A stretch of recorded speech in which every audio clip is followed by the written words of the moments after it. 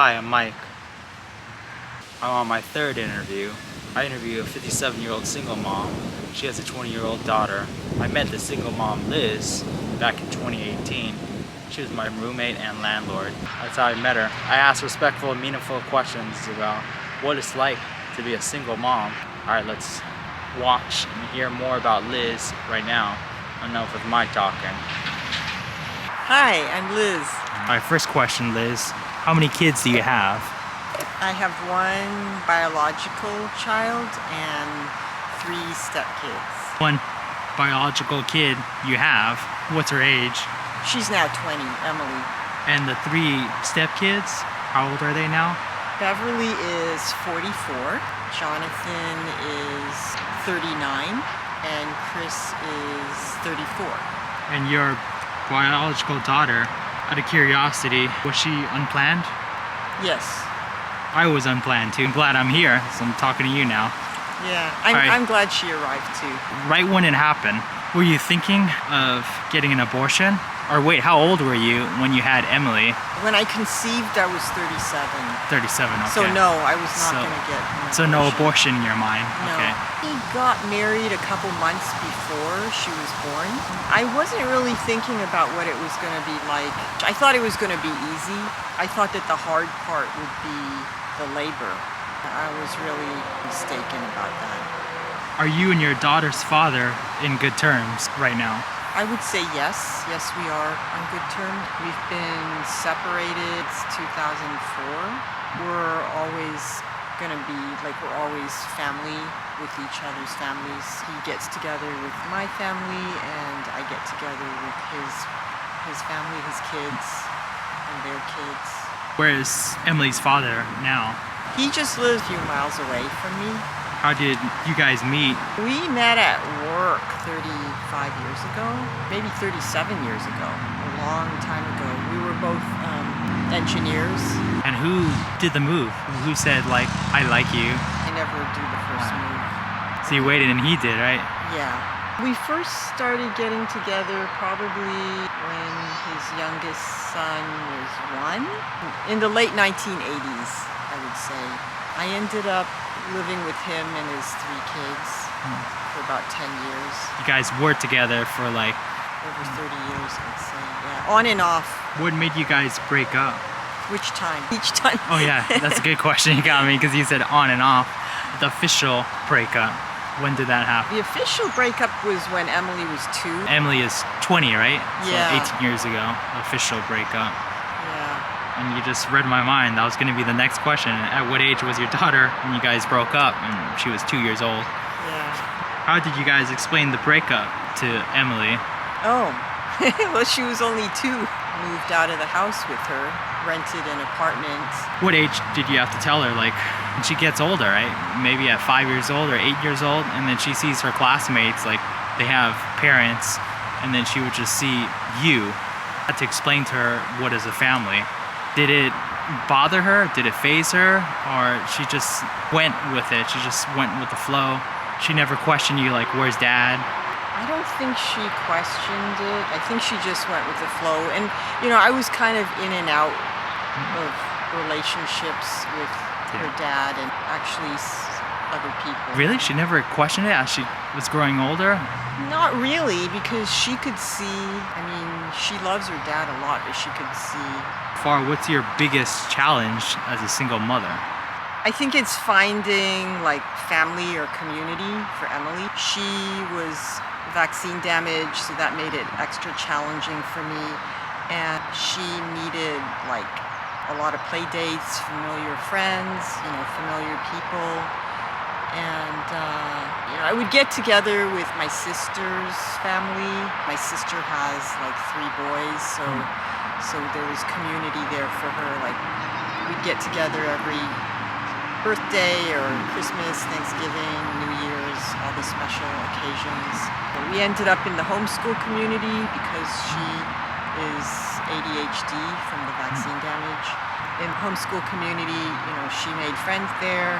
I made friends with the moms of her friends, and so we had sort of a nice built-in community there. I would say that was the most challenging part of it, especially with Emily. She really needed that. Oh, it's good to hear. Yeah, no siblings. I mean, her siblings were grown up, huge age difference. It was just Emily and me. So Liz, who raised you when you were a kid? My mom, and my dad was there. He went to work. My mom was a stay-at-home mom, and I had two younger siblings that were really close in age to me. And how were you raised? Was your mom caring, loving, and supporting? And which parent was the strict one? My mom was the strict one. My dad was the loving, supportive, caring one. Sorry, are your parents alive? Yes, they are. So when you were a kid, were you open to them? Probably not your mom, right? Because you said she was the most strict one. Yeah, generally I am pretty open, even with the way she was or is. When you were growing up, did they tell you what they did more than what they felt? Did they share their emotions and feelings to you? Or it was more like, oh, I do this, I do that? My dad is pretty quiet, so he keeps to himself. I see. If he has problems or isn't happy, he would keep it to himself. My mom was the one who had the big time feelings and could express them. A lot of anger. It was difficult with her. So how your parents raised you, to use that same way to raise Emily? I tend to be relaxed, very relaxed. I treat Emily like an equal. It wasn't like, oh, we're doing this because I say so. It was more like, we'd see what she wanted, what she felt like doing. Like if we were at a place and it wasn't like, okay, I'm ready to go now, Emily, we're going. It's more like, see if she wants to stay. You know, I tend to like cater to what she wanted. Oh, you're sweet, you're nice and kind. To the point, you listen to Emily, you understand her, and then let her decide. I mean, I probably was on the too overprotective side. Oh, okay. Yeah, I would say I probably was. I am relaxed too. What kind of person were you before as a single mom? Before I was a single mom? What Yeah, kind of person was I? So Emily's 20, and what type of person were you 20 years ago before you had Emily? Pretty much the same. I'll copy and paste. I'm And you haven't pretty aged too. Oh, thanks. I'm pretty much similar. I'm constantly growing, so that's sort of my calling. You keep Yeah. reinventing yourself. When you had Emily, was that a turning point in your life as growth? That this was like, okay, I gotta be more responsible, more accountable. Because Emily's here now, and I'm gonna be a single Oh. parent with her. Probably not, because I was always responsible. I mean, I'm the oldest child. I see. My mom and dad, I guess, you know, there was a lot of expectations of me as the oldest child in a Chinese family especially. I was responsible before too, and now. You were set and prepared when you had Emily. Yeah. I was probably overly responsible, so if anything, like taking on I see. too much responsibility. Yeah. One word about your daughter, Emily. One word? Yeah. If you can't think of one word, you could say in a sentence, paragraph, you name it. Big-hearted. What is it again? Big-hearted. Oh, big. That's what. And that that's is what one word, right? comes It to says big mind. dash hearted. Yeah. That's a good one. You said big-hearted. Emily, you are big-hearted. So she got it from her mom, you. We become what we see and hear. I think her dad is big-hearted too. She got it from you and her dad. So big-hearted. That's a really, really big heart. Are you dating right now? It's maybe, right? Yeah, maybe. I mean, hopefully. You're open to dating, right? Yes. Yes, for sure. I'm looking for a really good connection, like a soul connection, with someone who is fairly evolved, or at least willing to evolve and grow. Then also looking for a partner with trust, right? And respect. Oh yeah, for sure. It's honest and open, respectful, funny, kind, all of that, intelligent. Because you are seeing someone, but you're not sure, right? Just as friends, right? Just make it mutual, and we shall see. Yes, yes. There's big possibilities coming for me. When you see someone, you think he's the one, what's your deal breaker? What's your deal breaker, like your turn off, when you find out, like, oh, he tells you this, and it's like, oh, I don't want to date him anymore. Do you have any deal breakers? with a life partner? With people in general, like friends or partner, I'm really turned off by people that are mean. You want a life partner, right? Yes. A turn off for you is a mean guy. Like Yes. he's mean and rude, he's not courteous and respectful to others. But that's more like a pet peeve, a little annoying. My deal breaker for a life partner is she tells me she doesn't want to have kids. That's my deal breaker. Oh. Do you have anything in your mind? What's a deal breaker for a life partner? I think now I'm looking for a strong connection. That emotional intelligence. Yeah, an emotional connection. A deal breaker is someone with like severe anxiety at 24/7. Might be too much for you, right? You don't want to deal with him. I'm looking for somebody who's psychologically healthy. Healthy in body, spirit, and mind, right? Yeah. Yes. And the question, going back to Emily, she was 2 years old. You and her father just separated. You're with Emily when she's Yes. already 2 years old. It was all you supporting her. But Yes. you and her father were just separated, not divorced yet. Yes. And still not divorced. You guys are planning to divorce soon. At what age was Emily when she just asked you a lot of questions? Because I know kids ask a lot of questions. I used to be a tennis coach, and the kids would always ask me questions. What is this? What is that? Or why are you always wearing the same clothes? And I would answer, that's part of my uniform.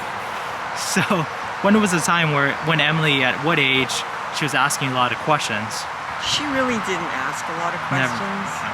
I mean, I think Emily kind of knows intuitively. She knows a lot of things. After she was 2 years old, she was spending more time with you.